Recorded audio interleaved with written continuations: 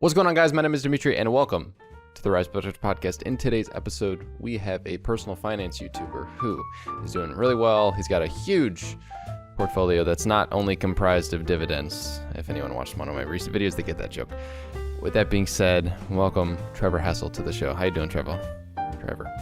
Hey guys, future Demetri interjecting here. Sorry to say that this is going to have a weird cut in it, but the first 5 minutes of Trevor's audio didn't work, and my backup Zoom call recording, for some reason, was not doing well. I hope that the audio syncing with his mouth isn't too bad, but this is the best I could do. I really did my best to edit this, and basically what we were talking about when the audio wasn't working is essentially the guy is awesome. Trevor, you do great work. You have Instagram live streams. You host a lot for your Instagram that's tailored towards your YouTube channel. And that's kind of the context we're giving. He's been doing it like a couple times a week. He was starting to do it, I think, 4 or 5 times a week. And then as time's gone on, he's done it less. But essentially, we talk about that. And that is right where we'll have to pick it up. I haven't gotten into Instagram lives ever. I'm kind of apprehensive towards posting on my stories, only for the reason that a lot of people I know personally are, following my YouTube journey, because I kind of launched it through help from friends and such, because that's a way to go about it. Another way to go about it is just not tell anybody. And I think that's what you did, right? That's what I'm doing right now. Yeah, I haven't told. I think like probably 4 of my friends know that I'm doing YouTube. And honestly, dude, it's not that I don't want to tell anybody. It was a personal challenge for me at the beginning. At the very beginning of me starting YouTube in January. It's very new for me. It's very different of me to do anything on YouTube as far as, create content. But I said, you know what? I'm going to do this for a year and I'll see how far I can get, by myself. I love the support of my friends and family. It means a lot. It helps me keep going. But, this is, I want to see how far I could go and what I could do 100% on my own. So I decided, I'm not going to tell anybody about it. My immediate family knew. But other than that, it was just, pretty quiet. And my goal, because I have a lot of friends that watch finance YouTube videos, my goal was to have one of my videos recommend on their channel and then be like, what the heck, dude? Like, that's crazy, But I will tell people eventually. I definitely will make it, known. But with personal finance and investing, I don't want it to come across the wrong way in what I talk about, when it comes to, stocks. So I haven't told people just because I don't want it to come across the wrong way yet. And, I feel like it could possibly me showing my portfolio, me showing, all these personal stuff, on YouTube, right? It's pretty intimidating it can be. So, I also have this Gary V poster in my room because I'm a big Gary V guy. And he says it has this. It's such a creepy picture. It creeps out everybody that goes in my room, but it's so true for me. It has a picture of him with a duct tape over his mouth, and it says talking and then doing, and it has that greater sign for talking over doing, or doing over talking. And sometimes I got found guilty of that. I would talk about doing all these things, but I would never actually start. So that's where this kind of came about. It was I'm just gonna do it exactly, and I'll talk about it later. And that's kind of where I'm at with YouTube. But I don't know. I definitely should be telling people. That's for sure. Get my watch hours up. I think you're doing fine with that. I personally made my personal Instagram change, my personal Facebook, personal LinkedIn, and it's been beneficial. Don't get me wrong, but then the family parties come up and you're like, yeah, you watch my videos, huh? And don't get me wrong, my family members, I love that you watch my videos. It's just I don't like talking about myself in that way, but now I feel like I have to when it's brought up, and I'm like, yeah, is it going well? Where do I find the balance between humble brag and not wanting to talk about myself without seeming like I'm just extremely shy about it? Because I'm not. It's just I don't really know how to react because this is so new. But then absolutely, because it kind of that didn't blow up by any means, but it didn't. I don't know. It didn't fail. If that makes any sense. It's doing well. So people are like, yeah, 1,000 views on some videos and stuff like that. I'm like, yeah.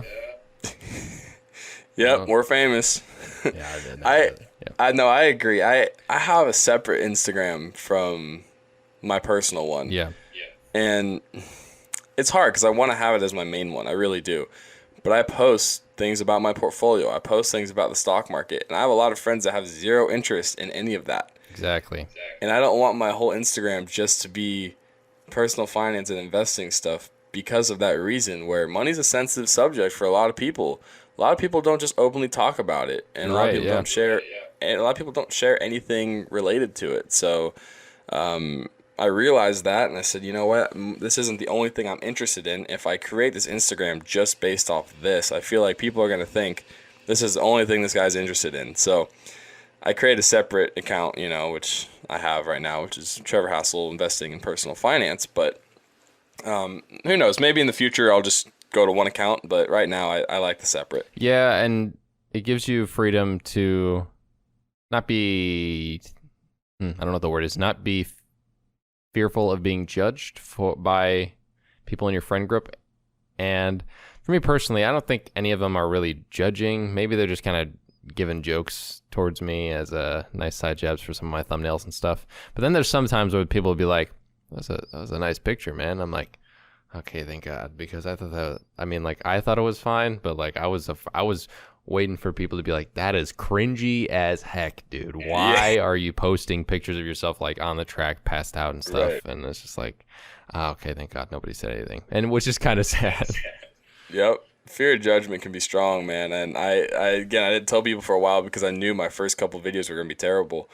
My first 3 months were going to be terrible. And I'm definitely starting to get better. But I've seen the progress that I've had since January has been great. And I'm glad if people watch me now, they get a better version, I personally believe, of me right now, and a more comfortable version than they did in January. So it's all about progress, man. Yeah, and from Gary V's perspective, it's all about content. He loves talking about content. I don't know if you've... Content. That makes me laugh so hard when people make memes about that. It's all over the place. You ever seen Captain Sinbad? Yes, I was just about to bring him up, dude. Oh my gosh, he does great ones. Oh my God, he does great ones. He is so funny. The Gary V one with the trash talk was hilarious, and then I watched him with David Goggins and Joe Rogan. Yeah, and he's good. He's funny. Have you seen the one where he does Matt D'Avella? I have not. No. Yeah, he's like, you know how Matt D'Avella's got the whole 30-day challenge thing? Yeah. He's like, so now I'm trying to have meth for 30 days. He's like, I'm having meth for 30 days. Me and Natalie are doing it. And he's like, yeah, I'm just really manic. It's just it's very good impression of Matt D'Avella, but it's like I'm doing meth for 30 days. That's awesome. It's so bad. That's funny. I love it. That is funny. So funny. That's a funny tangent. I think that you're putting out a good amount of content. Gary, my point before that whole tangent was Gary V talks about content all the time. And you doing the live streams is good. You doing the personal finance Instagram posts is good.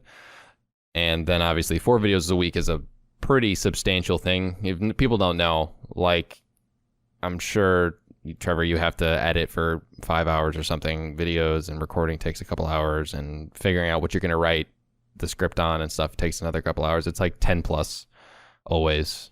Yeah. It's easy. And easy 10 plus. But you have someone do your thumbnails, right? I have somebody do my thumbnails right now, and that's the only thing I outsource, really. Yeah. Everything else I do here. So I don't mind it right now, like I said, because I'm not in school. I'm not working either right now because, the pandemic out here in California is still pretty strong. So a lot of places are still shut down.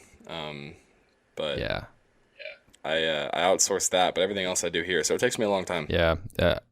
I think I'll have to explore live streams. By the time this is posted, I'll probably already have done one. But I think my goal is there's this theme in the productivity community, which is kind of weird when you think about it, but it's the study with me / be productive with me live stream. I don't know if you've seen those, but people literally will sit at their desk and work on stuff for 2 hours, and people will watch and also try to be productive at the same time.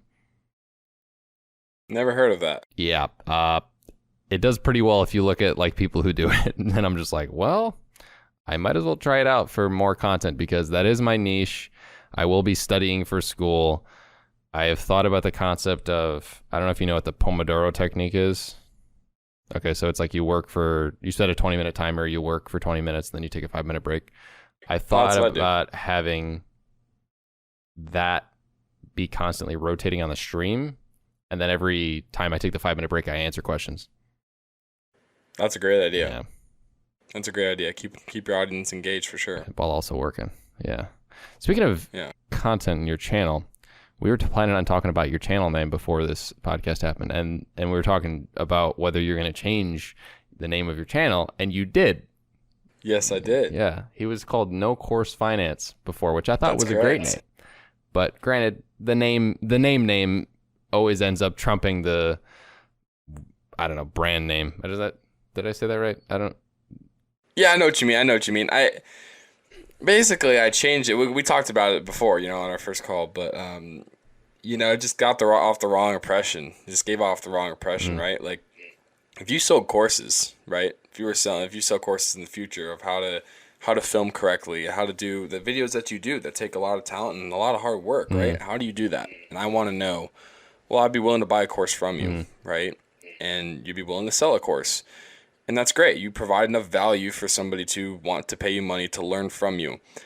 And then you have me on your podcast, No Course Finance. Well, what does that give them the impression? That's giving the impression that I'm against courses. And that's giving your audience an impression that courses are scams and I'm against courses. When in reality, I've taken 6. Yeah, okay. So I figured I would go with the personal branding. I don't have a problem with, my last name and your last name on our channels. It's fine.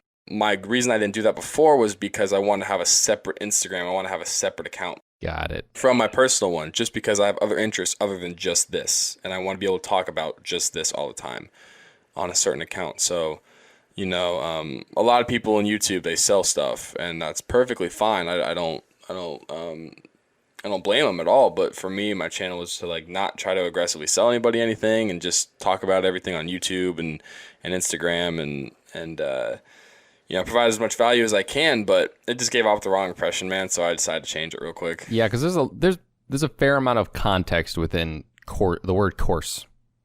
Sure. I feel like you can't say it just in your name, right? So when you say No Course Finance, you were basically saying no. Well, I can't name any of the scam artists, or else they'll probably sue me or something. So no insert scammy. I don't know, Amazon, Shopify, dropshipping course, whatever person, that's what you're saying. The ones that are $1,000 and they're really not giving you value. That's what you're trying to get across, but you can't get that across in the title of a YouTube channel, or else that just doesn't work. It was just hey, I'm not going to be selling $1,000 courses here. I'm just going to be talking on YouTube, sharing with you guys my experience. Exactly. That was the message. Yeah. And I continued that for 5 months or so, 6 months or so. But, I went with the personal branding early on, my channel. So I think most people recognize me now. Some people don't know that I changed. And then they think I'm a new YouTube guy and then they comment random new stuff, which is funny. Oh, dude. But, it is what it is. I think most people recognize me and realize that I changed my name, which I've told, I've made a community post, an Instagram post about it. But I'm glad I did it early on. I definitely like it more. I just think it's the way to go. The more I think about it, the more people on YouTube have personal names on their channels. Yeah, the ones that end up going far end up having their name. And I think it's always interesting, though, that some of them don't have their actual full name. They'll have their first name and a middle name, which is okay, probably. Yeah. But I feel like there's a mild level of concern maybe for them with like whoever they're employed by or something. But then again, in the same token, if you don't say anything, like blatantly bad, I don't really know what the concern is. Yeah. I just think it's a privacy concern for people, you know, maybe families or something. They don't want people to look up their stuff, and that's fair. I get it. I definitely get it, but I just think for me, use my personal name. It'll be better in the end. What type of courses have you taken though? Because personally, I've taken like one on YouTube, maybe two on YouTube, and some digital marketing ones regarding like Google ads and stuff, because that's like what I want to do for a living if this doesn't work out. So I've like looked into that kind of stuff. I don't know about you though. Yeah, so I've taken financial education, Jeremy, his stock market course. Okay. Back when it was $50 a month, now it's like $130, a month. And I really enjoyed that one. I got a lot of value from that. I've taken Meet Kevin's real estate course for Oh, investing. really?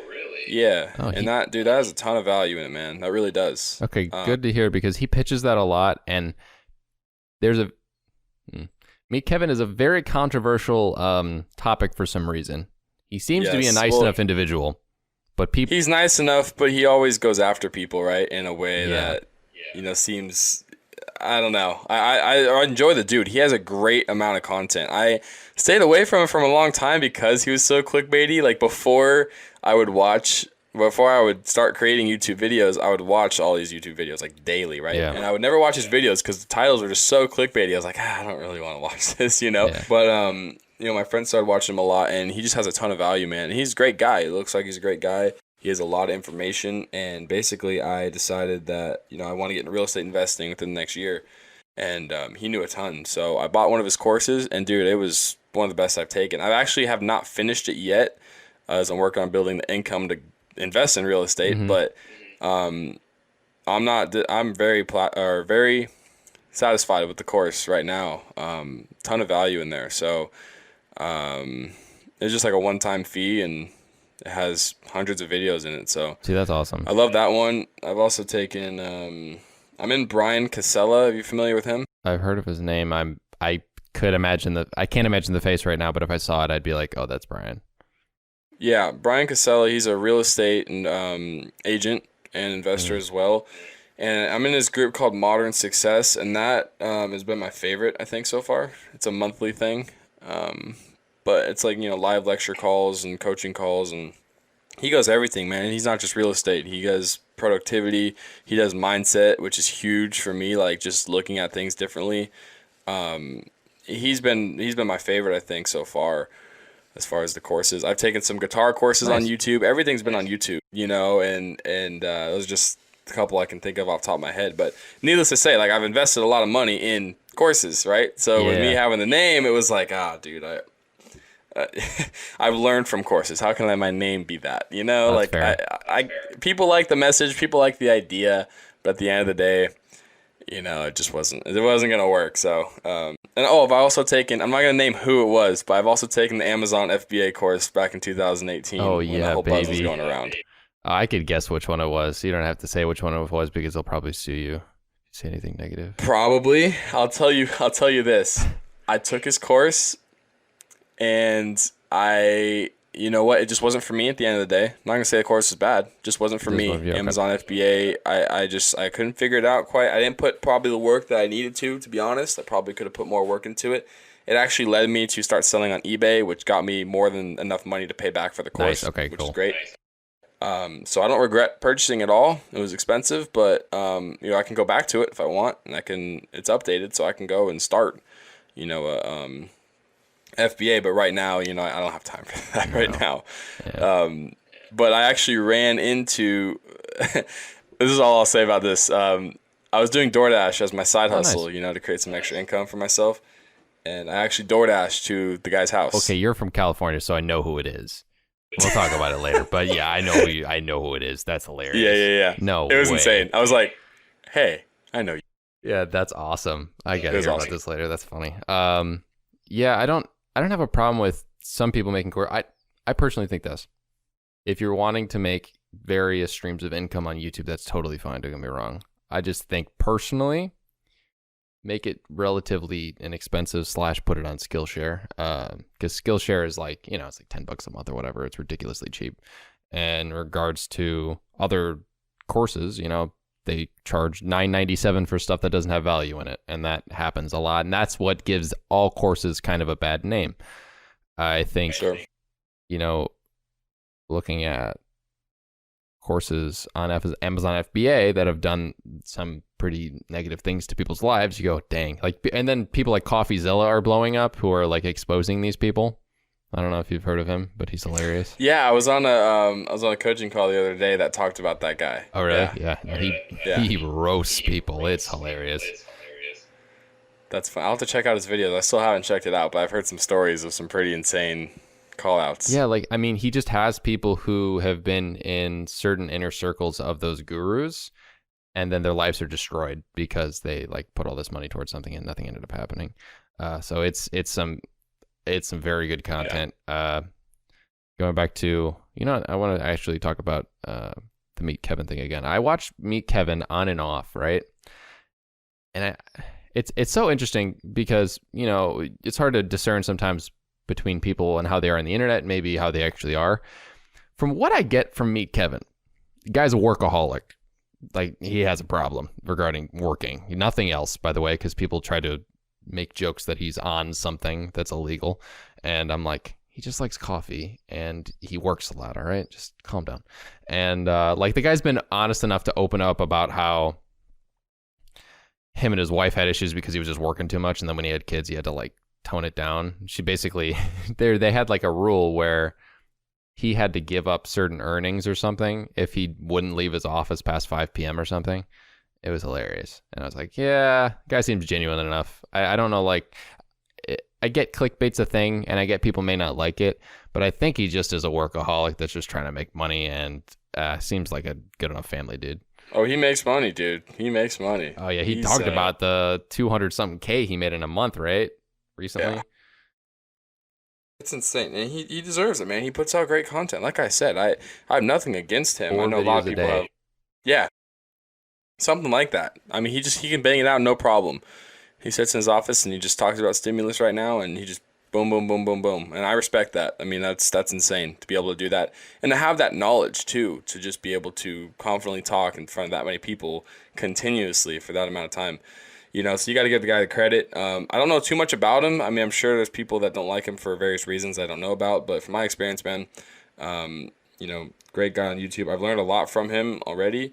And his course is just, I've taken one of his courses. I'm still in the process of it. He has 10, I think. Oh, really? I didn't know that. I thought he only 2. I mean, the dude just puts in so much work, and you just got to respect it. I mean, it's insane. Yeah. It's a level I hope I get to at someday. Be able to have the time and the knowledge to be able to create content like that, on a consistent basis. Yeah, if I was him, I'd definitely be outsourcing the editing, because I'm sure for him, he needs to do a lot of research. Or... Yes. Yeah, it'd be better if he knew the research, right? And then outsource the editing to somebody who can just bang it out real quick. Yeah, right. That's probably better. Speaking of people and content, and I want to talk to you a little bit about how you found personal finance, because everyone's story regarding that's pretty interesting. I know for me, I grew up with a dad who works in wealth management, so that was kind of easy to have basic finance knowledge growing up. But a lot of people end up finding it on YouTube or just Googling how to make money online or something like that. That's usually the route that starts. Yeah, so for me, man, I basically a quick backstory. I work as a server, right? And I worked originally when I got a job after high school. I was working in the kitchen at a restaurant with all of my football friends that we just graduated with. So a bunch of linemen, in the kitchen, putting stuff in a microwave, serving it as food was what I did, Rip. And basically some of my friends started leaving the kitchen to start serving at my restaurant. Mm-hmm. And they were making my whole paycheck in a night. I was like, what the heck? This is frustrating. I feel like I'm working way harder than they are, but they're getting paid way more than I am. And so long story short here, I started the process to leave the kitchen to go to serving, and it took me about 8 months or whatever to start training, to get comfortable, to learn how to do all this. And I started serving, and this was when I was 18, and I work at a luxury restaurant, so bills are high, and right? Tips are nice, I guess. Tips are very nice out here in California. We still get the minimum wage that we get, and then we also get the tips. Oh, yeah. Mm-hmm. So all of a sudden, I started making 2 sources of income, if that makes sense. Mm-hmm. And it was nice because I didn't have any expenses, right? I'm living at home with my parents and my family. I'm commuting to community college. So community college, there's not really a life outside of that. From my personal experience, you're not going to frat parties. You're not going out to any crazy events. I mean, you're pretty much going to work. You're going to school, and that's about it. At least that's what I did. I had a social life. I did all other things, but that's mainly what I focused on. So I repeated that for 3 years. And, from 18 to where I'm at 22 right now, the only difference is I really go to four-year university right now. That's about 30 minutes away from my house. And by doing that, man, and saving money and living at home and not having a lot of expenses and not increasing my lifestyle, I was able to save a lot of money. And around 18, I said, okay, I'm saving a good amount of money, but saving money isn't going to really help me. I got to figure out how to, build wealth, how to, create wealth and set myself up for the future here, because I don't want to keep working this job for a long time.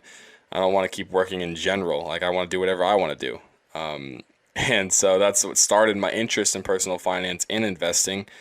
And since I was about 18, I started watching Jeremy from Financial Education, and I started watching Graham Stephan, the two big guys on YouTube right now. And at the time, they weren't near as big as they are now, but I really connected with them, what they were doing. Jeremy from Financial Ed broke down the stock market really nice and simple for me, and it was really easy to understand, and I connected with him very well on that.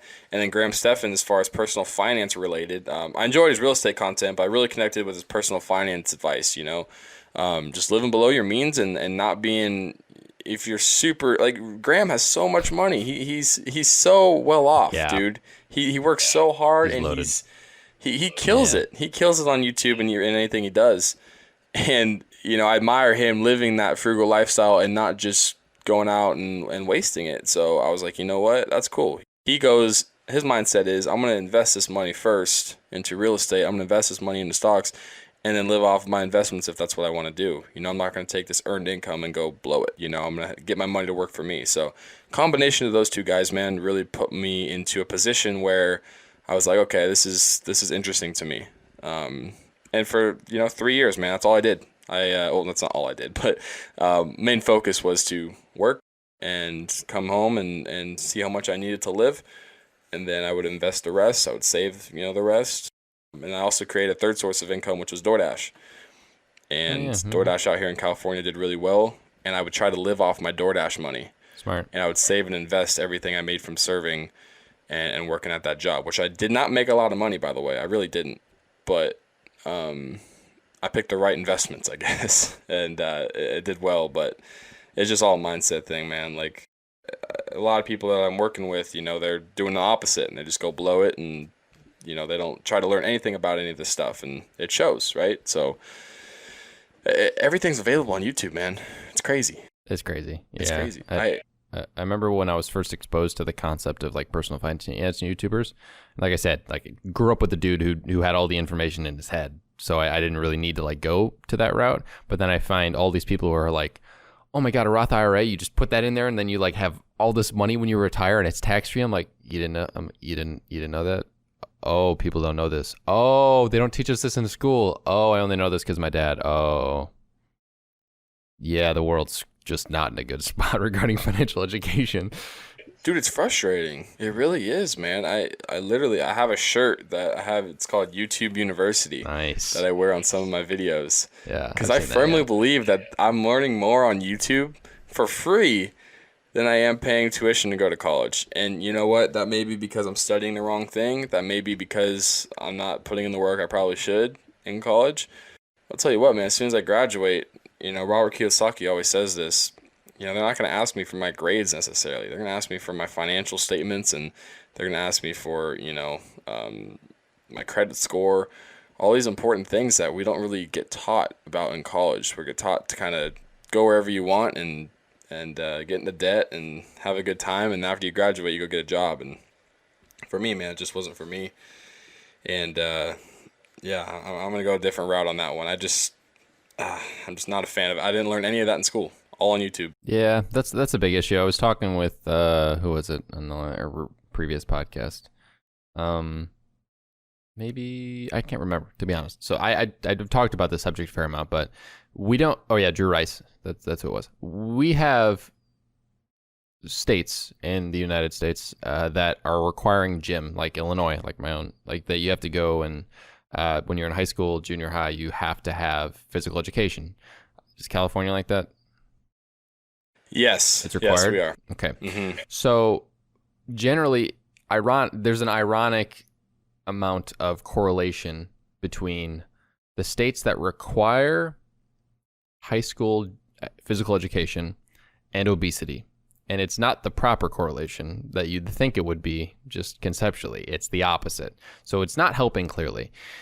And then we have the majority of the United States just be financially inept because they've never been taught. And I'm just like, can't we just require a personal finance course all 4 years of high school, at least 3 years in college or at least 2 years in college when you're doing your gen eds. Just something so that people would know. And I don't want to be conspiracy theorist on this, but they're not going to tell us because that doesn't help capitalism. It doesn't. It doesn't. It really just doesn't. If they all taught us how to properly be like Graham Stephan, the economy would slow down because people wouldn't spend their money as much, and that's not good for the economy or whatever. But it's just kind of it's kind of morally, I don't know if wrong's the right word. I don't know if moral's the right. It just doesn't feel right. It doesn't feel right, that's for sure. I can 100% agree with that. And once I really got into this, I started really questioning everything I was doing. You know, I'm like, why am I learning about anthropology if I'm not really into anthropology? Yeah. If I'm not interested in that, why do I have to study it to graduate? I just, to me, man, like, I'm just not. I'm a very big believer in. I do really well in studying things that I want to learn about. And if I don't want to learn about it and I'm not interested in it, I'm not going to really pay attention and I'm not going to do well in the class. Like, you know, I'm interested in investing in personal finance. I'll do well in those classes. Now, the reason I study human communication right now. And the only reason I do that is to get a degree, just to have it. And also because I'm going to be doing real estate. So, you know, I figured it'd help me out, right? Okay. Well, I didn't study finance because all this math that I had to take. I'm terrible at math.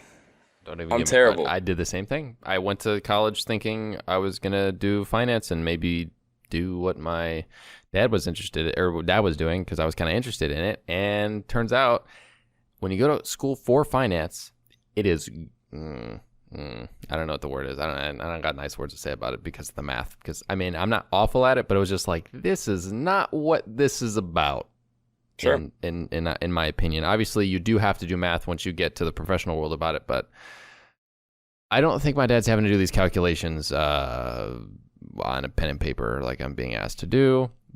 To be blunt, like I believe he's a marketing major actually, who has a minor in finance because of how I think he was supposed to be a finance major and then his counselor messed up or something in college.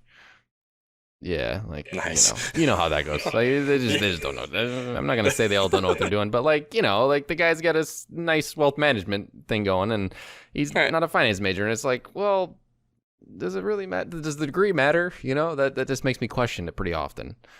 When I heard that story, I was like, so you're telling me I can get anything in business and do anything in business? Yeah. That's what you're telling me.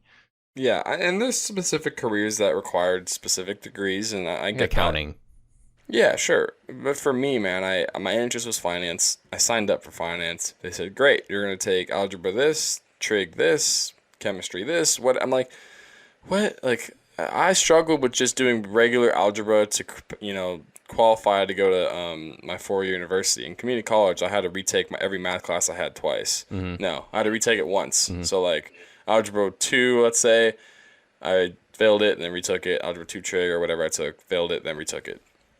And the reason I just wasn't getting it, man, was because it was not applicable to anything in real life. Like, anything. I haven't done anything since. You know, nobody's asking me what y equals mx plus b means. Like, I don't know, man. It's not applicable, and it just, to me, it just doesn't make sense. I feel like we need to... especially personal finance. I mean, I'm biased because I love personal finance stuff, but I feel like it needs to be taught more in school. And as long as with mental health, I think it also needs to be taught more in school. But right now we're focused on things that, or at least our school system is focused on things that I don't think are super important. And it's just frustrating when you're paying so much money too. So.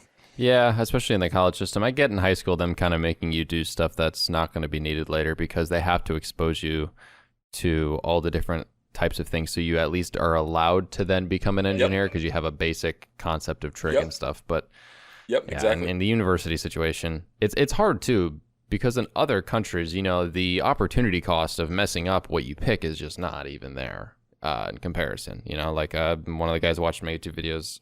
It's from Germany, and the guy switched majors or from chemistry to something else, I think, in the business world or to economics, and you know, it's like a year cost in university there is $200, and I'm just like, really? That's nice. If I wish I could not have to worry about loans and, you know, whatever, the whole expenses of I mean, even in I'm trying to think in Finland or no. Yeah, I know a guy from Finland who he got a stipend to basically go to school. Like they get stipends to live off of, and then the university part's free. Yeah, we don't have that here. Yeah, no. And I think Finland's ranked pretty up there in the education system and their testing scores and whatnot. So it's interesting. And that's one thing you'll not see, or if you look at my report card, my test skills were terrible. And one of the reasons I like doing all these things that are not related to school is because I learn and I get paid based off my results, right? I'm not tested on my knowledge. Like, as far as me with music, I'm not getting paid to be in my band. My band does well based on the results that we bring. Facts. Yeah. And with serving, in my restaurant, I'm not getting paid based on the hour. I am getting paid based on the hour, but how much money I make in a day is based on my results. Same thing with YouTube. We're not getting paid right now based on the content we're making. We're going to get paid on how many people are going to watch our stuff, find value in it, and you'll get paid based on your results. And that's just the way I've always done it, or that I've done it the past 2 or 3 years, that I'm like, you know what, this is the way for me to go.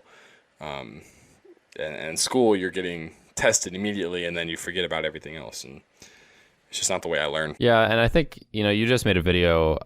When this is coming out, it's the 1st of... when this is being recorded, it's the 1st of August. So it'll be probably a month and a half old at this point. Or just, a month and a couple days. Because you just made a video about your portfolio. Like, showing your whole investment portfolio off, right? Yeah. And, this guy's got you're 22 and you got a $200K investment portfolio. And somehow, you being bad at math was going to ruin your future. And I'm just like, kind of a grade A example of how not accurate that is. It's upsetting. I barely passed my econ class in high school. And I wasn't interested in any of it. I hated it, dude. I remember I did a video on that. I went through my high school econ assignment. Oh my God. And I remember just BSing the whole thing because I didn't understand it because of all the math that I had to do. That's so sad though, dude. You clearly understand how the economy works. Yeah, well, to be honest though, I didn't care about it at that time. Yeah. So I didn't put in the time that I probably should have to learn about all these things, and so it's not like it's their fault necessarily, other than I just wasn't interested, and at that time in high school, it just was not interest to me. What I would have liked is another, a full year-long course on econ. We just had like a semester, which is fine. And to be honest, it would have made a difference back then. But I feel like, we needed to have more of that. Maybe not just stock market, but just, basic stuff, credit cards and mortgages and housing and student debt, and just learning about all these things that, hey, after you graduate, you're going to go into these things and you need to be prepared for it. Because a lot of us just graduate and then we're kind of thrown out there and thrown to the wolves. Figure out our mistakes as we go. Yeah. So, and then a lot of people just YouTube what to do afterwards, and that leads to my point of like, this is why I think YouTube is the best thing ever. Like, I learned everything on here. So yeah, the whole thrown to the wolves thing and not knowing anything with like loans and stuff is interesting, because when you sign away you have to do like a promissory note when you get student loans in the US, and it basically says you have to pay this back. If you don't pay this back, like, too bad, so sad, like, it doesn't default, because that's how the US works. And it shows you you have to take like a brief 20 to 30 minute like course to understand. It's really just like some questions. You have to do some basic answers in response to like prompts and stuff. And I'm like, this is the education you're giving me before I make this huge decision in my life. Thanks, guys. Good on you. Yeah. Right. Good on you, guys. Like 20 minutes of my life, 30 minutes. Oh, it says 20 to 30. Ooh, sorry, my bad. I misspoke. It could be 30 or more minutes. But yeah, I'm like, this is all that it takes for me to take out loans that could detrimentally affect my ability to buy a house, my ability to, like live a life post graduate career. And it's just like, yep. Oh, man. I don't get it. Frustrating, man. It's quite a time we live in, all those options. Yeah, I don't know about you, but I definitely think more kids need to do what you did regarding the community college route. but there's two negative stigmas in the United States that's really bad. One, living at home with your parents is like lame / you're a loser if you live with your parents. And number two would be going to community college is a waste of time, and if you don't go to a 4-year university, you're like not smart / you are missing out on the college experience. I've heard that 1,000 times. I'll tell you, man, based on my experience, I can only speak for me personally. That was the best decision I've ever made, was to go to community college. And the reason is because I was able to work. And by being able to work, I learned so much, man. It's not all about the money. It's not even all about the money. It's the experiences I learned and the friendships I built there were fantastic. And, people always argue, well, you can build friendships at college too, and you can, and that's true. You could. I mean, at 4 university, you can make some really great friends. And to me, I didn't find any difference. I went to school. I still made friends at community college. It was definitely more of a commuter school, so you show up and then you kind of leave, right? But like I said, I went to school, then I went to work. And as a server, you interact with people every day. And that taught me a lot. There were some really nice people. There were some really mean people. So I learned a lot, as far as customer service and, just like life stuff. Like, honestly, like just things would go wrong. It would get crazy. And you just learn from all that kind of stuff. And I have a lot of people right now that I'm friends with that go to 4 universities that never have worked ever. Yeah, okay, and that's really true. That's really true. And they get a degree, and then they're going to go out and try and find a job with no work experience. And, everybody has a degree. So it's like, you don't have any experience in dealing with anything like this. Like, I'm talking about a restaurant, right? We're not even talking about, like, crazy as far as, customer service. But it definitely gets you to have thick skin because, the restaurant industry, a lot of things are not your fault. And you get blamed for it all the time. You just have to be able to take it and learn to handle it.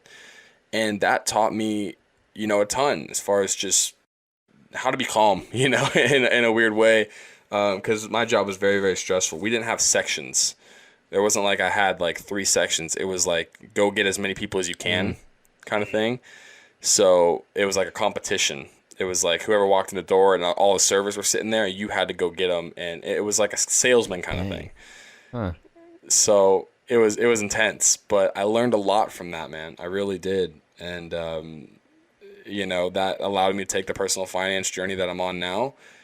And just, keep doing well at that place. So having that work experience and now being able to, do the YouTube channel and all this stuff, it's really helped out. Because I know a lot of people that are coming back that graduated 4 universities. They have no idea what they're going to do right now.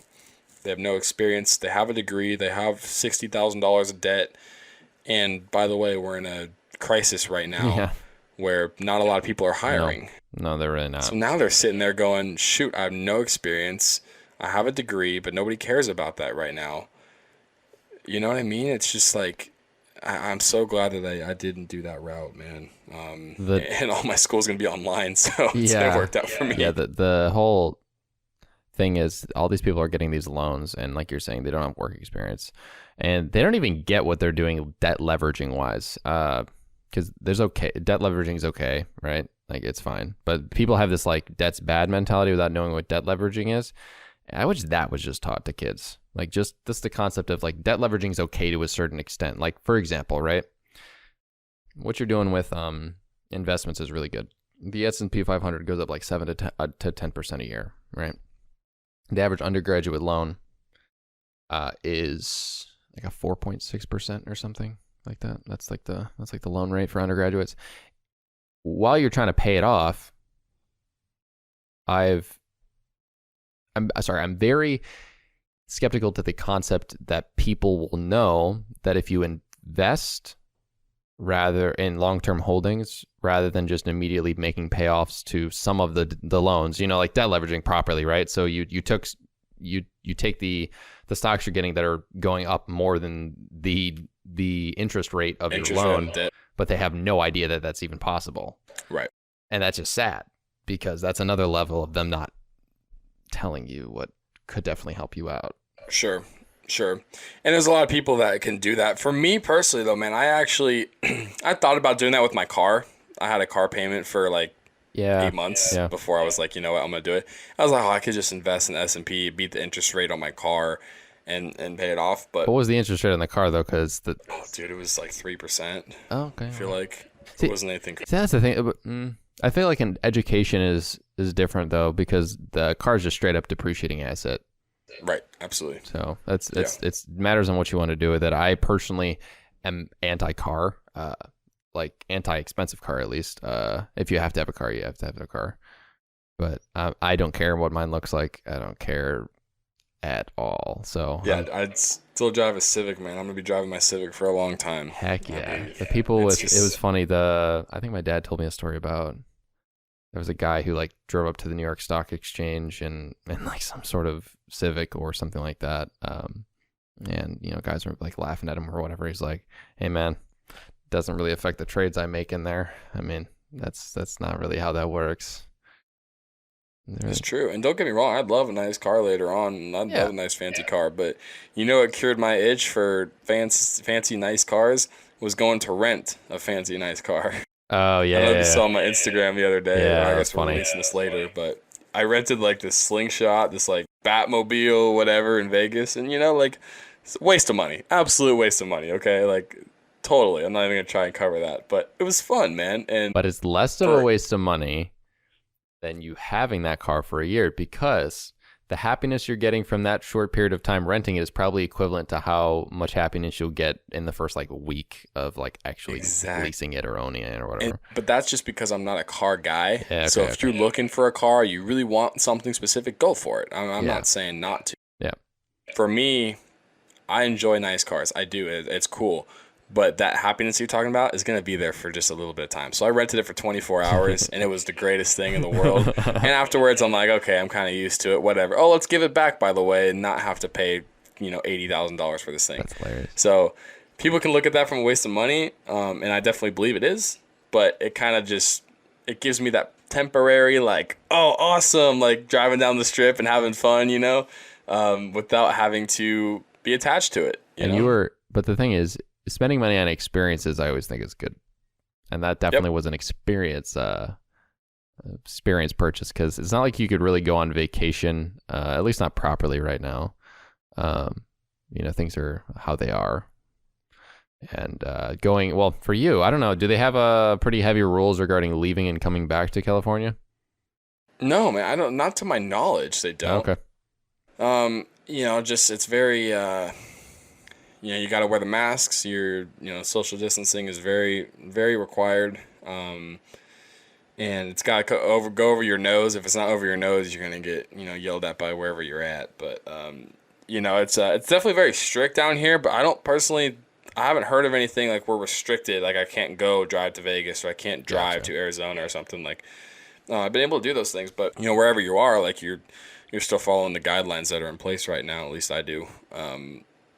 So it's just definitely a weird time, man, for sure. It's definitely a weird time. And also, the other thing, I don't know if we really talked about it, but my band, I started this band about 2 years ago, and we were at our peak. We were doing really well. We were about to go on a little tour in Arizona and do Colorado and Mexico, all these places, and that was June.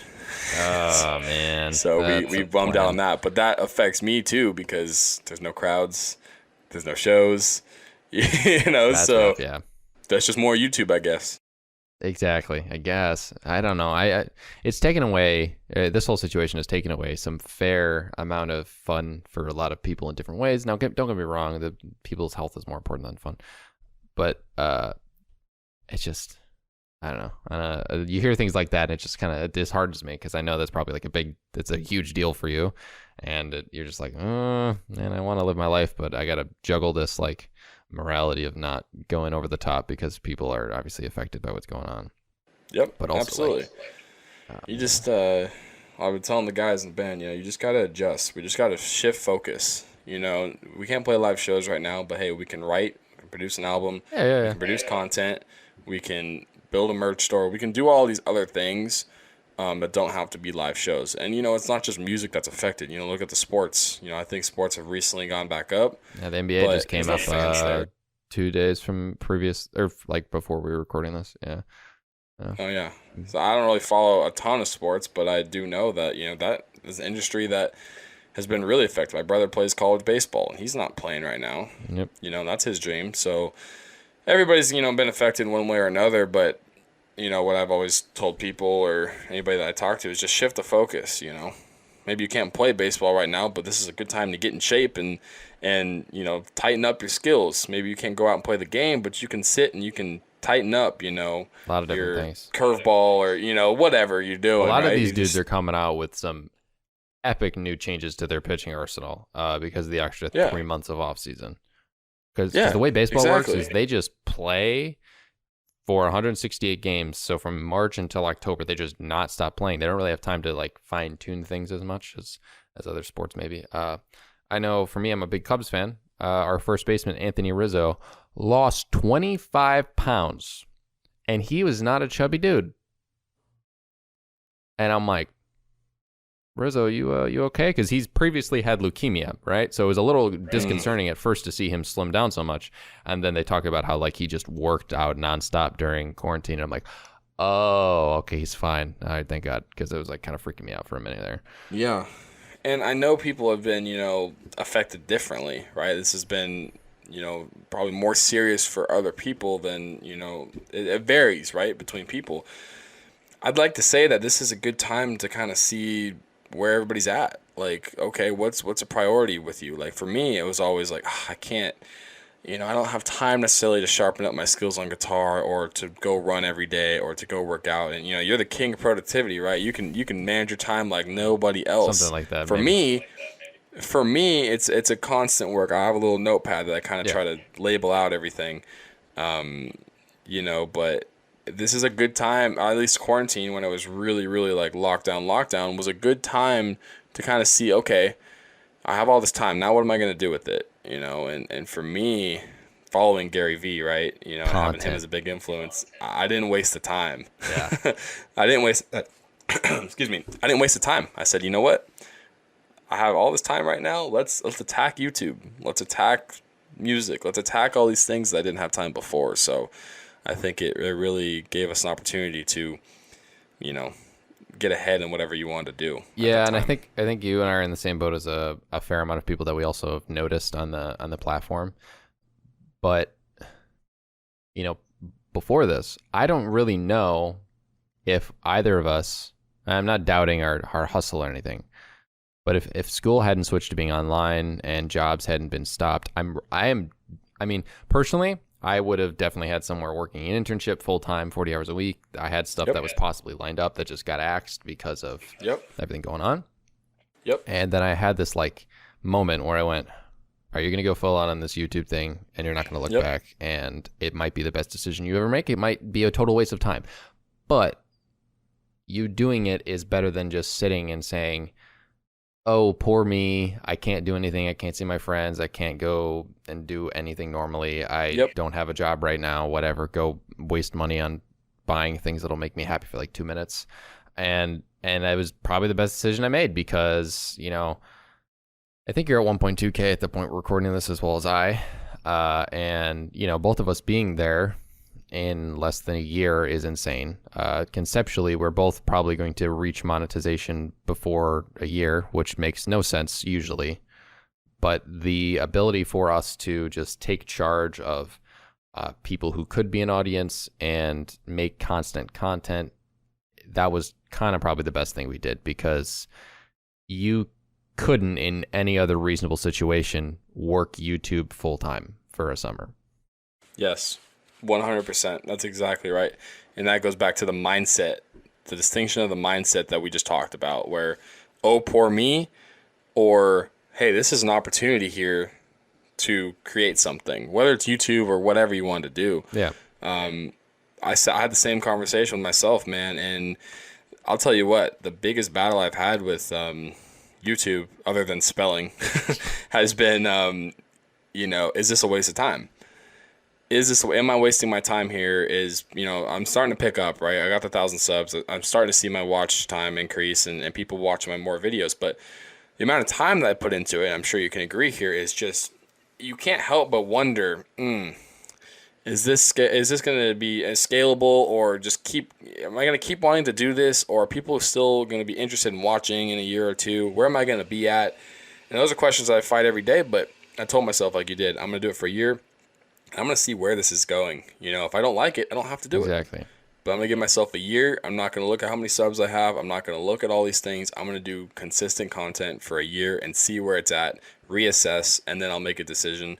And I'll tell you what, right now it's not a waste of time at all, because I'm learning so many different things. I'm meeting people like you that are like-minded. I've been doing other collaborations that I would never have met, if I didn't put myself out here, and neither did you, right? So it's definitely hard sometimes to think about it. But at the end of the day, you also got to enjoy it, and, we're not making money on this at all right now, but eventually that'd be awesome if it could. But I'm having a great time creating it, and I have a time to do it right now. So once we hit that quarantine, man, I was just full go. I was like, okay, I'm full-time YouTube all of a sudden, because friends are not a thing. Distractions, I can't go see them. I can't travel with the band. I can't go practice, and I can't go to work. So yeah. I've always thought about doing this. Let's take it as far as it can go. That way, when we're done with the whole, crisis we're in right now, I can say, you know what? Okay, I put in all the hard work on YouTube. Now I just got to maintain it. Now, conceptually, have you thought about the fact that you hit 1,000? I know you're happy with that, but obviously you're trying to be as humble as you can, which obviously I have no problem with. Have you conceptually thought about how little people actually do hit that number, though? Who have tried? I don't think I have. Yeah. I don't think I have, to be honest with you. Yeah. Just because I've watched so much YouTube that I'm used to seeing 50,000, 100,000, 1 million, but what I have noticed is people have just disappeared. There's been people that I was talking to on a daily basis on YouTube, engaging with, that have just left. They just don't post anymore. They're just gone. Yeah, I agree. And that kind of put it in perspective. Okay, I'm still here. Yeah, I'm doing something right. I didn't quit, and I'm gonna keep going. There are people who I know who early in the journey were similar to me. I got guys. Actually, the first person to do the podcast with me, Keaton Walker, I text a fair amount, and he ended up doing really well. He got to 2.45K subs, and then he's like, YouTube ain't it right now for me. And he unlisted all of his videos, and I was like,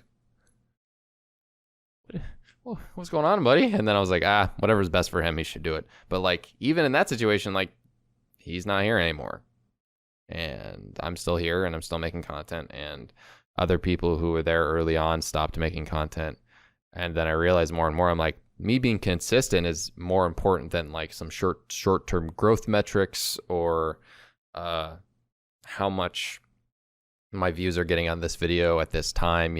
Maybe the ranking 10 I think the ranking 1 to 10 in the last 10 videos might be the most negative thing that is on the platform, because I just psych myself out every time I put up a new video. Yep. I hate that. I need to get rid of that or something. Just not look at it. It's hard to, man. It really is. But I would say for anybody that's thinking about doing YouTube, or want to do it, obviously I'm not established, and I'm not in a position to give you advice, because I'm very, very new. But from what I've learned so far, you just have to be consistent. You have to be consistent. You have to enjoy what you're talking about. You really do. People say that all the time, but if you're doing it just purely for money, you might get lucky. I don't know. I'm not going to say no, but for me, it's, and we're not even doing it for that long, if you think about it. When did you start exactly? So I started in the third week of March, and then all my videos get deleted. So then everything looks like I started on April 17th. Wow. So you're very short amount of time then. Yeah. Mm-hmm. I started when the quarantine happened. I came home from school and said, I have no excuses. Yeah. I made a website. I've been planning on doing this whole branching out thing to YouTube and a blog. I really don't have an excuse to not make it a setup, use my iPhone 11 to record, and just make it happen, dude. Yep. I used my iPhone for 2 months at least. Heck yeah. Yeah, I started in January, but I was doing, 2 videos a week, 1 video a week, and then quarantine, and I picked it up for sure. Are you doing specific dates when you upload, or is it kind of just for whenever? I do Monday, Wednesday, Friday, Sunday. Got it. That's cool. I do Monday. No, I say just Sunday, Wednesday, Friday. So I'm trying to think about Tuesday as a I don't know, Tuesday as a live stream day, because my my Sunday video teeters off in how much engagement it gets, obviously 2 days after it's been made, or after it's been posted, and the podcast is up on Wednesday, and I don't know, I feel like that'd be a good little extra fourth video, just more content. Absolutely, more content, yep. And I've had great experience with the live stream, man. It just gets you to engage with the audience and people that are spending time on your channel a little bit more. Like, you're just you're more personable, and they feel like they can reach you and ask questions, pretty quickly. And us being relatively smaller channels, I think that's super important to show support with the people that are watching our content when we're not massive people online, because these are the people that are going to be giving us the opportunity to do well on YouTube. So like I said, it's usually the same 8 people that hop on every day. And that's great for me. I know all of them on a personal level now, and it's they all love my videos and they all give me feedback, and it really helps me out. I only do it for about 30 minutes or an hour. I did about 5 days a week in quarantine, but right now I usually try to do 2. And they're not really planned out timing wise. I try and do it around 6 o'clock or so, Pacific time, but I highly recommend it, dude. It's a good time. If you go, I'll hop on. All right. I appreciate that. Yeah, I'll leave some comments. I think something I saw the other day regarding bigger YouTubers being really great with their subscribers still is Graham Stephan, after every single video, sits around for an hour and replies to comments. Did you know that? Yeah, I did. I remember him talking about that. I think that's super important. Yeah. I think that's one of the reasons he is where he is. I mean, you talked about some theory before earlier on the podcast. I forget exactly what it was called, but it was set the timer for 20 minutes. And then, yeah, so that's what I do too. I will go and I'll, respond to my comments. It doesn't take me an hour, but usually about 30 minutes or so, right? 30 minutes out of my day, and then I'll take a 5-minute break, and I'll go back until it's done. And then I'll go and I'll watch other, content creators, YouTube space, really whatever, and engage with them and watch their videos and go on their comment section and, do all that stuff for about an hour a day. And then after that, I try not to go on YouTube really anymore after that. Because if you don't set a time limit on how much you're going to be spending on YouTube, you can get lost. Yeah, lost in the endless void of the wormhole that is YouTube. You do. You really do, man. And I got to spend time creating a video, titling it, setting up the thumbnail and editing. All that stuff. And you haven't done YouTube SEO, from my knowledge, too crazy until recently, right? No, I don't. What's SEO again? SEO, see, that answers my question. SEO is search engine optimization. So when someone would search the title of the video, the way the tags are, you haven't really... Yeah, I need to pay more attention to that, honestly. Right now, I just kind of do it up with the title and just put it in. That's okay. See, at the start, I did that. Recently, I started doing SEO more, and I've noticed at least a 10% bump in YouTube search-related views. Okay, and I'll have to do that. It's just a matter of tweaking the keyword. I know you put Tesla stock in a couple of your titles, and that is a great keyword right now. And I think you had a video or two pop off and you didn't even realize what you did, right? Well, I had 2 videos that did really well, which are Virgin Galactic. They're all that was also a great keyword. Yeah, a couple weeks ago. So all my videos that I've done over 1,000 views, which is good for me right now, by the way, are about stock analysis. So I do Virgin Galactic and Tesla. They're all over 1,000 views, which are really hot stocks right now. But those are the only things that are really taken off on my channel. I think I hit 5,000 views on Virgin Galactic, which is absolutely insane for me. Other videos that I do, I did experiences over things, why I choose experiences over things kind of video. I didn't do so well, a couple hundred or so, but that's probably more your true audience. What's that? That's probably more your consistent audience. Yes. Your personality audience, which is an interesting topic as well. It's not from search. It's from notifications or people that are subscribed and watch my stuff. But I want it to be a mix of that, man. I don't want it to just be stock analysis videos. I want it to be a mix of I talk about this, I talk about that. It's not just about stock analysis. Because there's a lot of people on YouTube that are much more knowledgeable than me when it comes to all that stuff. So I just... I talk about it, but I also want to mix it up a little bit and kind of bring a variety of content to the audience, you know? Yeah, that's the thing. When you're new on YouTube, you have to focus on mainly what you're saying and like the content that you're bringing, and then like over time, supposedly more and more people are there for you. And I'm sure right now that's what the disparity is. I know with people like Graham Stephan now, they're just straight up a YouTube personality, so they don't really care what the guy posts, they'll just watch. And he's not like he's making worse videos now. It's just whatever he does relatively similar. But I remember, speaking of like how you had 100 people, let's say, watch a personal video on you, right? There, or 200, whatever. There is a level of fandom he talks about in his YouTube course regarding like if you ever want to make money off this, right? You just need like 100, or what is it, 100 or 1,000? I think it was like maybe 1,000 true fans or something like that, and you could make like a full-time income off of it because they'll spend like $50 on you or something like that a year. And then like you'll have like semi-true fans, which will spend a little less, and then like your fans that won't spend anything on you, if that makes any sense. Like you don't need as many as people think. You just have to diversify the ways the stream of income can come in, whether it be Patreon or like you said, courses earlier, or sponsors or help out a lot. And it's always interesting to see how these big YouTubers talk about it that are doing well, because previously, people were just like, YouTube ad revenue is all that I got.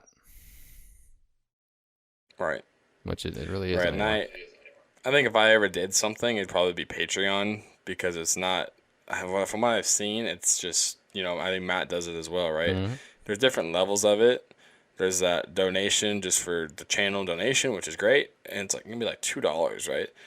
And you also have, I know JJ Buckner does this. It's, you get access to like different content, right? So you do private live streams with the Patreon members, right? Or you get access to the videos a day early, or, some different updates, right? It's not like a course where I'm just kind of going through in depth with everything. So I'm not going to price it like a course. Exactly. And again, this is where I'm happy that I changed my name, because, I don't know if I'm going to do a Patreon, but in the future, a lot of people have been asking me like, hey, can you do a course?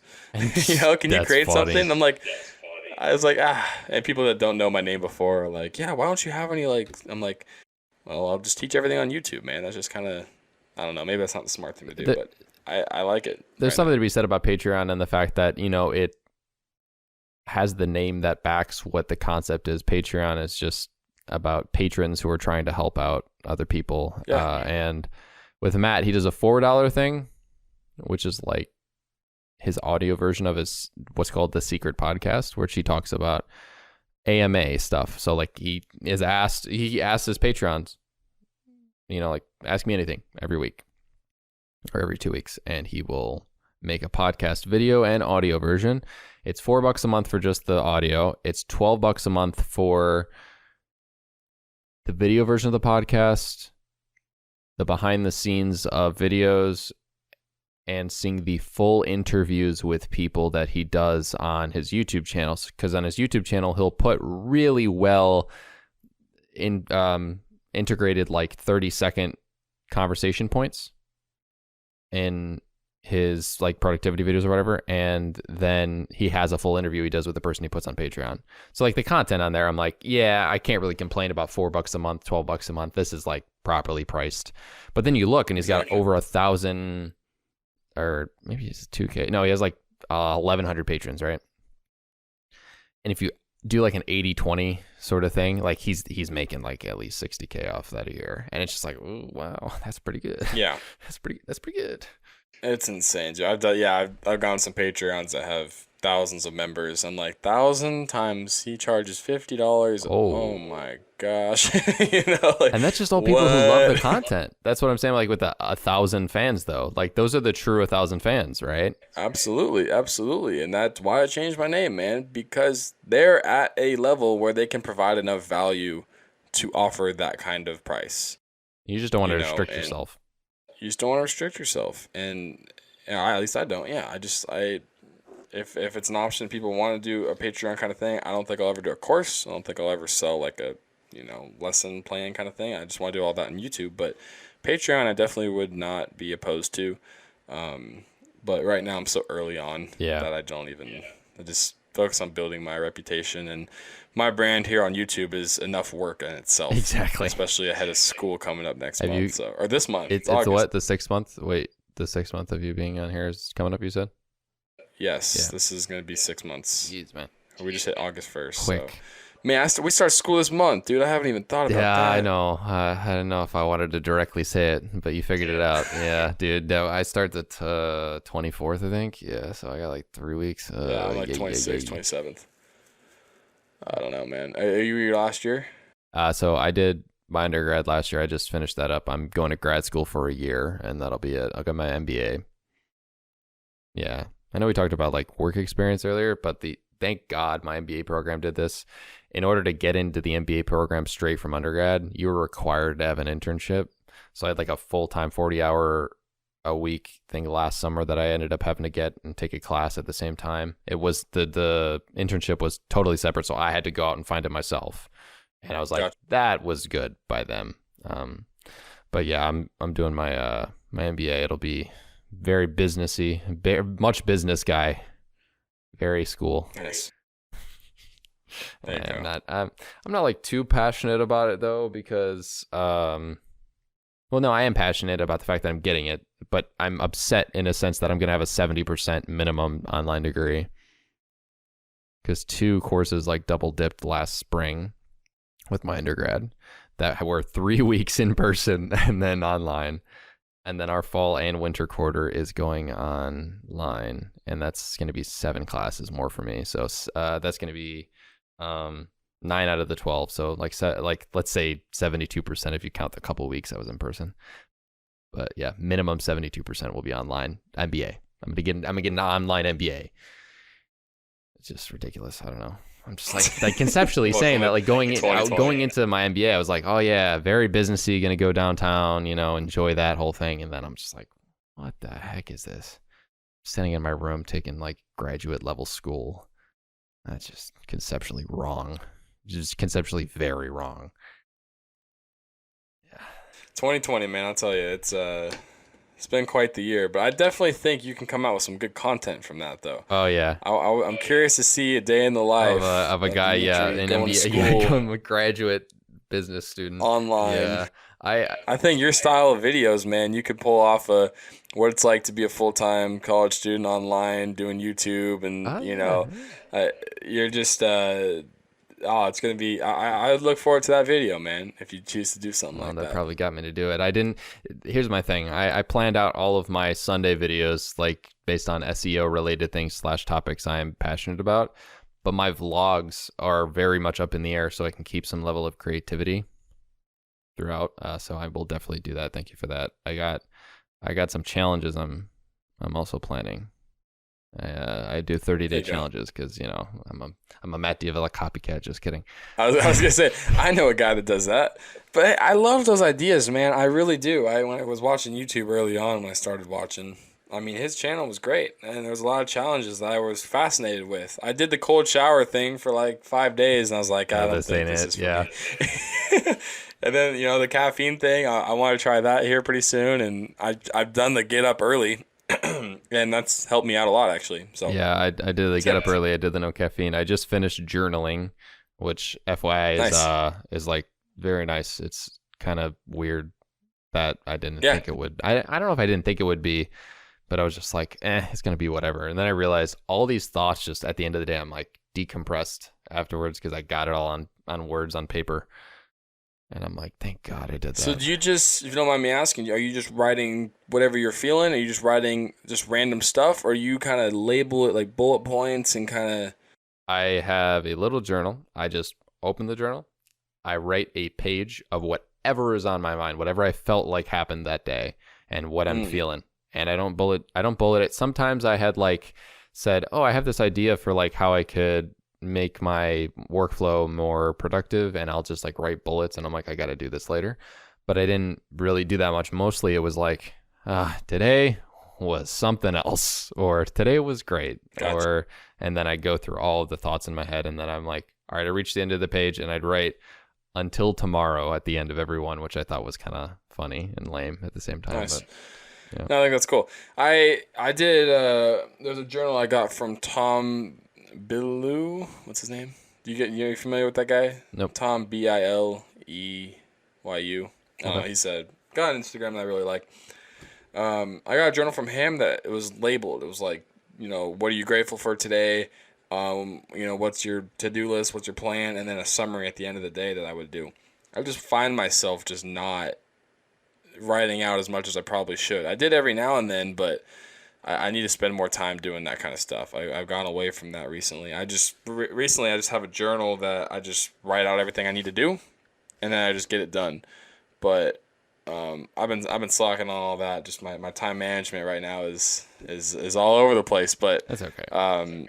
What's really helped me out, man, is visualization and meditation. So I'm not a big meditation guy. It's never like easy for me, but I use this app called Envision, and dude, it's $60 a year, and the best $60 I've ever spent. I mean, it's got everything that I need, like 5, 10, 15 minutes for visualization stuff, which meditation for me, sitting in like quietness. I think Matt did a video on that too, right? Yep. He probably did, yeah.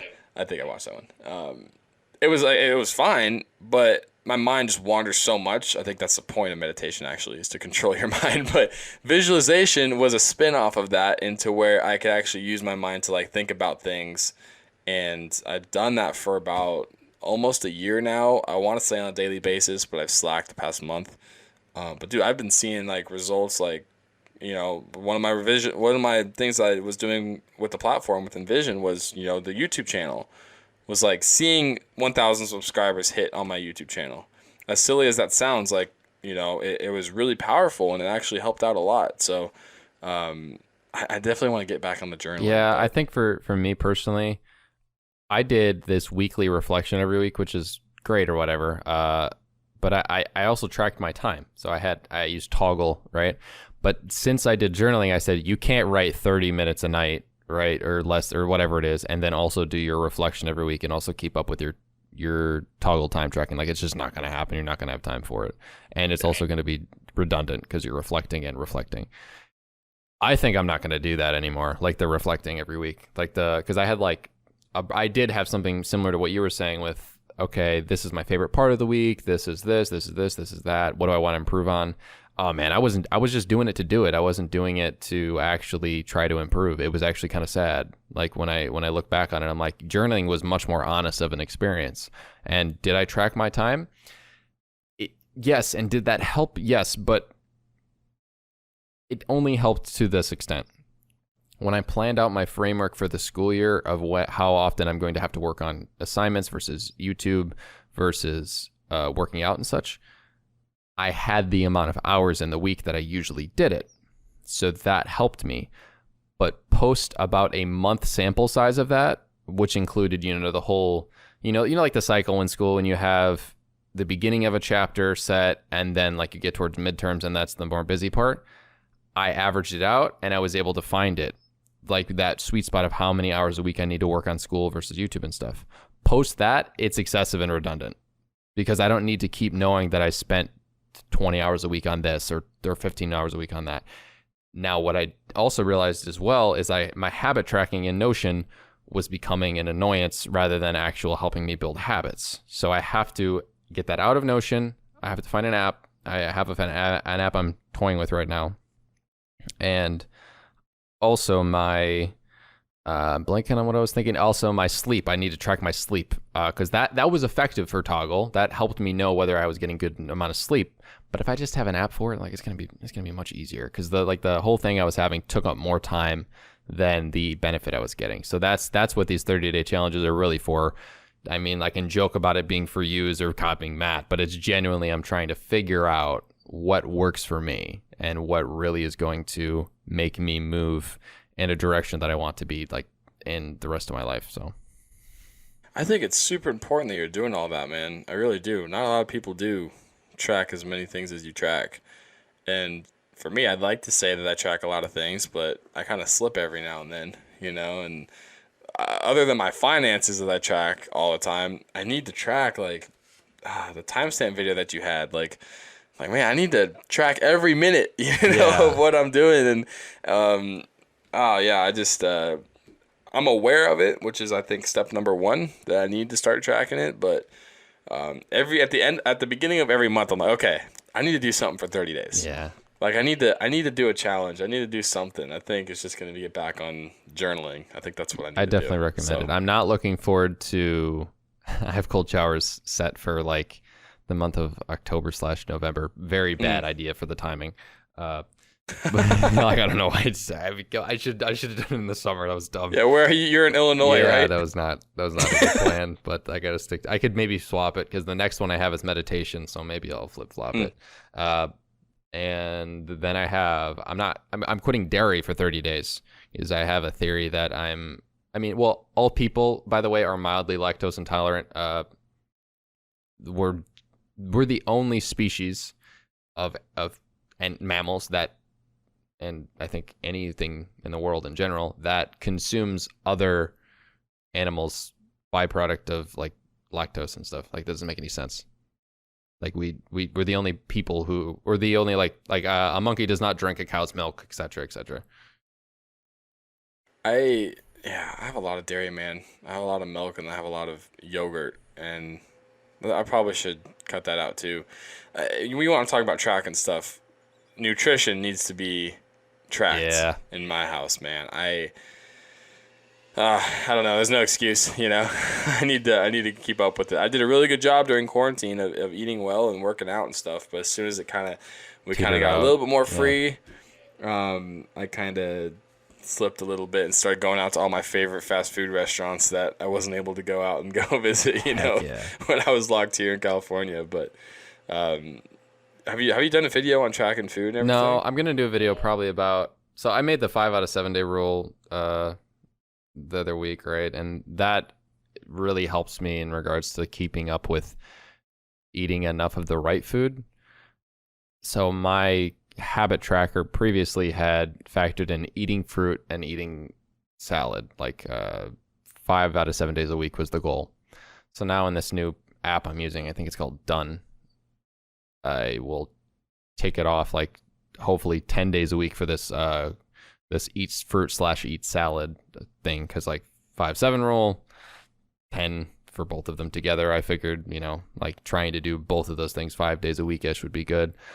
I think food for me is something that I can control a little better than most people if I'm in the right mindset. Last year, I quit all sweets for 4 months without tracking it at all. I just said I'm not having dessert in the beginning of last summer, and I didn't give it until Christmas or something like that. How was that? Sorry, the end of summer and then Christmas. I lost weight. It was weird. I run all the time and I lost weight. And my buddies were like, dude, it's just because you upped your mileage or something. I'm like, no, like I didn't. I'm running the same I usually did. I just lost 5 pounds and I didn't really think I had any to lose. Wow. Interesting. Because I'm about 6 foot and I weigh 160 right now. Last year was weighing 155 because of that. And trust me, it does not look like I'm a toothpick. That's not the problem. It's like it looked like I was in shape and that was it. I wasn't looking like morbidly, or not, that's the wrong word. I didn't look like I was way too skinny for my frame. That's crazy. Do you do long distance running, or what kind of running? Yeah, so I run about like anywhere from 40 to 70 miles a week. Nice. Yeah, it's painful sometimes. I get the vibe that you're a guy that doesn't listen to music when he runs. No, actually, yeah. I dropped a video on that recently, probably last night. So, oh my God, yeah, I talk about in the video how I reach mental clarity via not running with music or a phone or something. Yeah. Gotcha. No. I do. I've run 5 marathons now. I do long distance running. You ran a marathon? Yeah. I'll be honest. I did not expect you would have run a marathon before. That's just. Yeah, I did my first one when I was 12. Actually. Oh wow. It's pretty crazy. Yeah, I'm not a runner. Like I don't run. I do it for the mental benefits, like you talk about. I'll have to watch that video you just did. But last I did a marathon 2 years ago. No, a year ago. And I ran with music. No, sorry. I did a marathon a year ago, and I did not run with music. Nothing. It was just me, right? Which is challenging for a lot of people, for sure. Then last March 8th, actually, because this is, I think, the last main event before the shutdown. I think I was part of it, was the marathon out here in LA. Yeah. And I did that, and I ran with music, and I did about 10 minutes better than my previous time. So I don't know. I don't really want to listen to music, but I'm such a music freak that, you know, it does help me at some point. There is a direct correlation between your ability to perform better in running by listening to music versus not. However, the issue is when you're running at, I don't know, like what was your time when you ran in the marathon? 5:15. Nice. When those So like pro, I'm not a sprinter. yeah, when those like pros are doing it, I mean they're running like professional marathoner runs under 2:15 or 2:17, I think is the threshold, and that's just they can't run with music. Now, if they were able to have like, well, crowd noise is fine for them, but if they had like speakers being blared, that's fine. It's just like having it on you when you're at that level of running. Just from my experience, like I can't. I mean, I did mile repeats the other day. I ran like 5:20, 5:17, 5:15. Like I just was running low fives. Like I can't have something on me. It's just not going to happen. I just got to use my brain and deal with it. Yep, I think it's super important. Where I did my training, I was just doing loops. It was a mile loop around a lake. So it's mental torture for, 5-6 mile runs with nothing. It's just like, oh, going around again. All right, going around again. So come marathon time, it's much more entertaining. You're running through LA, and it's much more like, just I guess engaging. Like it's just more fun. But dude, that's a whole nother video we could talk about. I mean, running for me has been huge as well. And I'm not a runner. I'm 6 feet and I'm 220. Mm-hmm. So, I don't look like a typical runner, but the benefits that I get from it are amazing. And I think fitness transforms and health transforms into other aspects of our life, especially in like the finance even community. Like just being disciplined, to stay on top of your fitness and health is pretty similar to discipline with your money and finance. So yeah, discipline's huge overall. I know David Goggins talks about it. I know a lot of people do. It's not, I guess, personal finance. It could have a very good correlation with the discipline aspect. I just don't think many of the people in that niche talk about it. And like with you, with the running, I'm sure it's very beneficial. Personally, it has benefits mentally and stuff like that. I take it a little bit excessive. I've been talking with people about this recently, but and Thomas Frank brought it up in a podcast. But there's a level of mileage you hit when you're a runner where it's bad for your knees. So people think running in general is like bad for your knees, right? Incorrect. If you're running like under 30 miles a week, under 40 miles a week, it's not bad for your knees. If you're going above that and going intense as well, it ends up being bad for your knees because you break down the cartilage too much. Now, if you don't run at all, it's also awful for your knees because you're not breaking up the cartilage in your knees at all. So it's funny because I can I can directly tell you that it's a fact because I've had a bum knee since I've been in 8th grade. And anytime I go over that like 35, 40 mile threshold, it bothers me. And anytime I'm under it, it doesn't, which is kind of funny. So I have I have a marker just because this thing has been messed up for so long. I have no problems with my knees. What my biggest issue is my back. Oh, yeah? My lower back, I feel like I'm 80 years old again, dude. I really do. I'm investing in retirement accounts and my back hurts. I mean, it's definitely not in my early 20s, but no, my lower back, dude, all the time, it's just like, it's so tense or so, stiff that that's my biggest issue. But I don't know. I'm going to get checked out here pretty soon, but and editing and bending over and editing all day and trying to do all these videos, that probably doesn't help. Yeah, I guess the last thing I'll say before we close this out, because it went longer than I thought, but it was fun. Sorry about this if it took up too much time. We're at like an hour and 36. I don't know. See, that's the thing. I always have the timer on. Most of the guests don't, and then they're like, "Oh, what happened? Like my life went by." Yeah, sorry. Sweet. And you're like, "Oh well, hey, content." Yes, maybe I'll break it up into 3 podcasts. I could if I wanted to. There you go. But like, I broke or I fractured both sides of my pelvis before I hit the age of 16. Oh, jeez. Yeah, from running because I grew like 6 inches 2 years, or like 4 inches and then like 3 inches, and my bones in my hips were not fully like I don't know, they weren't strong because they had like, it just, I mean, it's like stretching out a piece of metal and then like not reinforcing it, sort of thing, and that's just kind of what happens when you crow.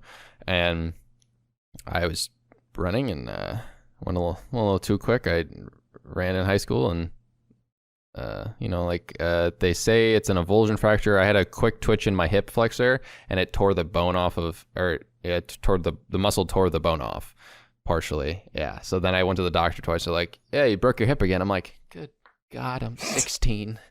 This is twice." That sucks, man. Yeah, life's fun when you're unfortunate. All right, man. I'll give you the floor to close things out before I end the show. Cool. Well, we went on for how long? You said hour and a half? 40, pretty much. Like, yeah. Man, easy talk there, dude. Awesome. Well, thanks so much for having me on, man. I mean, I know I had some technical difficulties, and I got a flat tire when we were supposed to do the podcast, and I've just taken you for a whole loop. So appreciate your patience. Appreciate you having me on. But we're releasing this, about a month or so? Yeah, early September. So we're both tied right now at about 1.2 subs. So I'm going to be interested to see where both of our channels go by then. Not that it's a competition, but everything's a competition. It's good to see. I'll get a text probably from Demetri saying, "Hey, loser, I'm at 2K like subs right now. Pick up your slack, dude. Come on now." Love it. But yeah, dude, thanks for having me on. I look forward to do something like this again in the near future, and good luck with your YouTube journey. Thanks, you too, man. With that being said, guys, I appreciate you for watching, and I'll see you in the next one.